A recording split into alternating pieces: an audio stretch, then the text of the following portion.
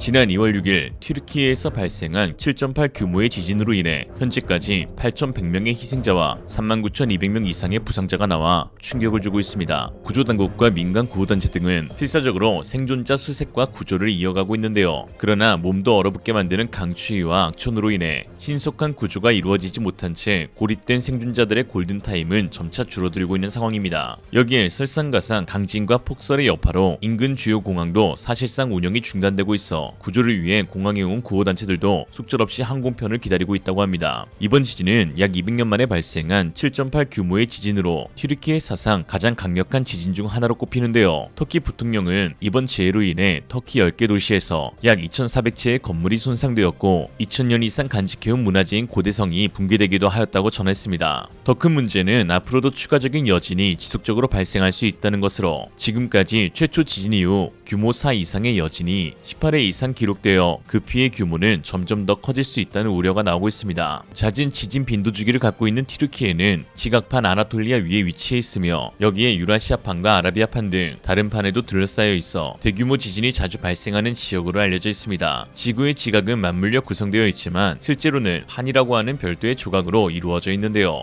때때로 이러한 판 중 하나에 압력이 가해지면 이 압력이 에너지로 전환되어 표면으로 올라가고 이 에너지가 표면을 움직이면서 지진을 일으키는 것입니다. 1822년 8월 13일에도 같은 지역, 같은 단층선에서 진도 7.4의 지진이 발생하여 알레포에서만 7,000명, 약 2만 명이 목숨을 잃었었죠. WHO는 이번 지진으로 인해 2만 명 이상의 희생자가 나올 것이라고 예측하였는데요. 이에 아직도 많은 사람들이 구조를 기다리고 있는 상황이라 튀르키예 입장에서는 대규모 구조 인력이 무엇보다도 필수적인 상황입니다. 이미 미국, 유럽연합 등 세계 각국이 구조팀 등 지원 인력 파견을 속속 발표하고 있죠. 한국 역시 지난 7일 외교부, 소방청, 한국국제협력단, 코이카 등으로 구성된 68명과 육군 특수전 사령부 인력 50명 등 총 118명 규모의 긴급구조대를 튀르키예에 급파했는데요. 단일 파견으로는 최대 규모였습니다. 파견 당시 배웅을 나온 주한 튀르키예 대사는 한국이야말로 진정한 형제의 나라라며 거듭 감사를 표했습니다. 그는 튀르키예에는 한 명을 살리는 건 모든 생명을 살리는 것과 같다라는 말이 있습니다. 튀르키예에서 한 명의 목숨이라도 지켜주신다면 저희는 정말 감사하게 생각할 것입니다. 라고 했습니다. 이날 웃음기 없이 비장한 각오와 사명을 다지며 혼돈의 튀르키예로 향한 대한민국 대표 긴급구조대원들은 수행 능력과 전문성 그리고 경험에서 세계 최고라는 평가를 받고 있는데요. 우리나라 국제구조대는 1995년 발대 이후 1997년 베트남 항공 815편 추락 사고를 시작으로 터키 이즈미트, 대만, 알제리, 이란, 태국, 파키스탄, 인도네시아, 중국, 스촨, 미얀마, 하이티, 일본, 필리핀 등 세계 각지에서 발생한 지진 및 자연재해에 투입되어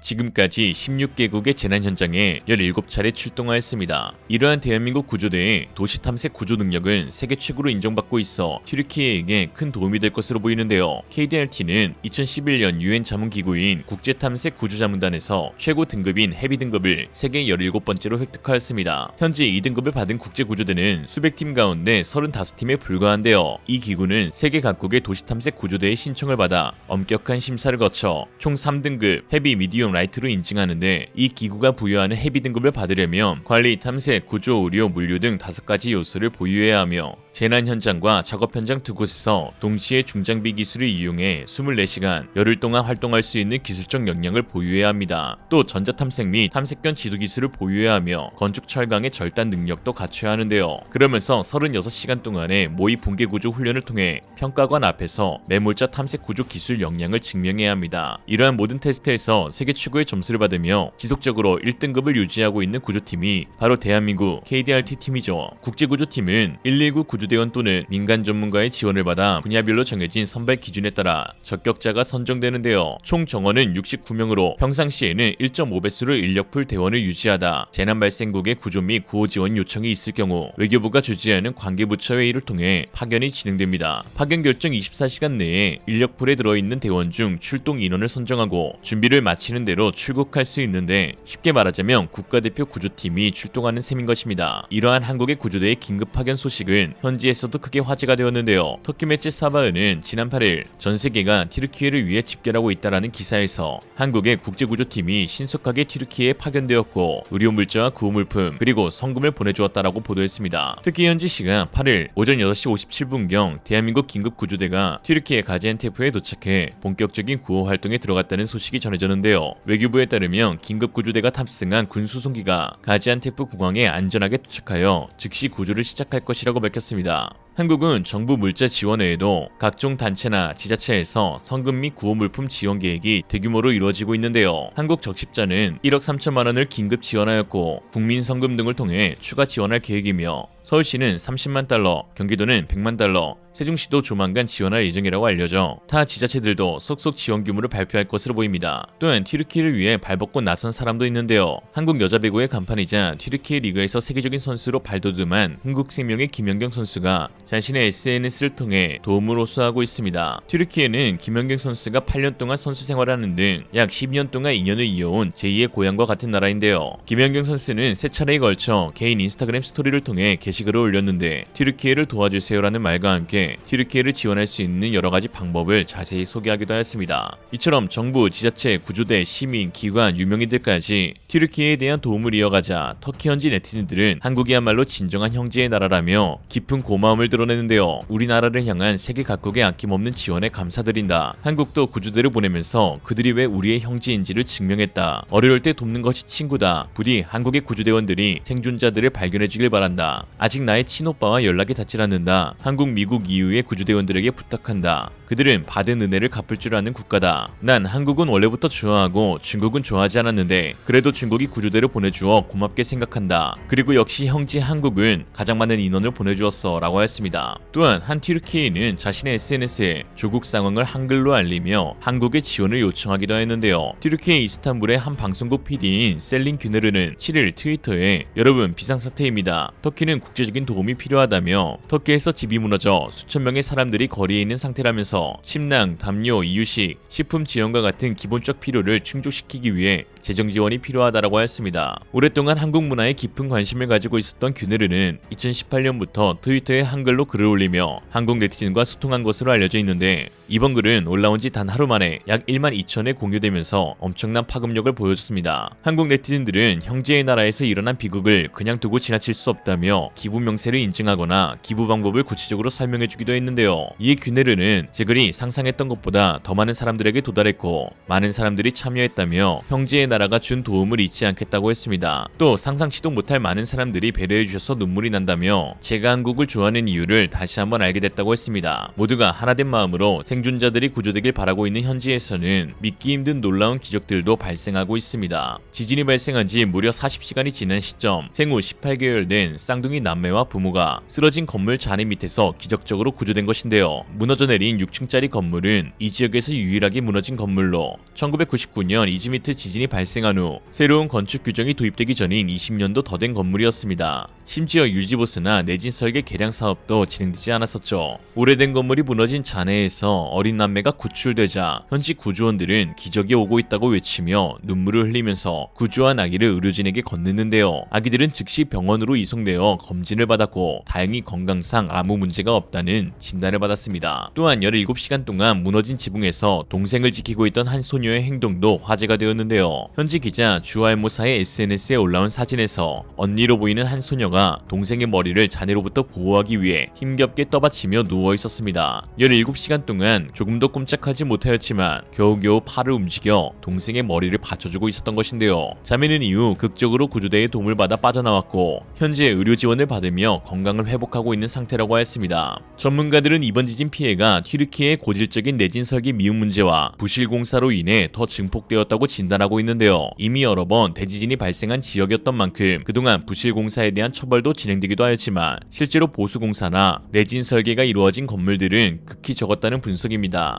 지진은 삶이 예측할 수 없다는 것과 우리가 어떤 것에도 대비해야 한다는 것을 상기시켜 주기에 늘 경각심을 가져야 할 텐데요. 미국의 지진학자이자 물리학자였던 찰스 레이터는 이에 다음과 같이 말하기도 했습니다. 지진은 신의 행위가 아니다. 순전히 지구의 행위이며 이에 우리는 그들과 함께 사는 법을 배워야 한다라고 말이죠. 이는 지진의 영향을 줄이고 인명피해를 최소화하기 위한 적절한 건물 설계와 시공의 중요성을 강조한 것입니다. 사실 부실공사와 같은 문제는 비단 튀르키예뿐만이 아닐 것입니다. 지난 광주 화정 아이파크 붕괴 사고를 통해서 알 수 있듯 오늘날 기술은 비약적으로 발전했으나 사람들의 안전에 관한 의식 수준은 아직 갈 길이 멀게 느껴지기만 합니다. 이러한 기술 수준과 의식 수준의 괴리는 참혹한 사고를 낳고 있는데요. 사고가 일어난 뒤 문제를 덮기에 급급한 채 단기적인 해결책만 내놓아서는 매번 똑같은 비극이 반복될 것입니다. 단기간 최소 비용으로 이윤 내만 눈먼 건설사들과 무책임한 태도로 일관하는 감사기관들이 진정으로 우선시해야 할 가치가 무엇인지 깊이 고민하는 시간이 필요한 시점입니다. 오늘의 한줄평, 지진은 사람을 죽이지 않는다. 사람을 죽이는 것은 무너진 건물이다.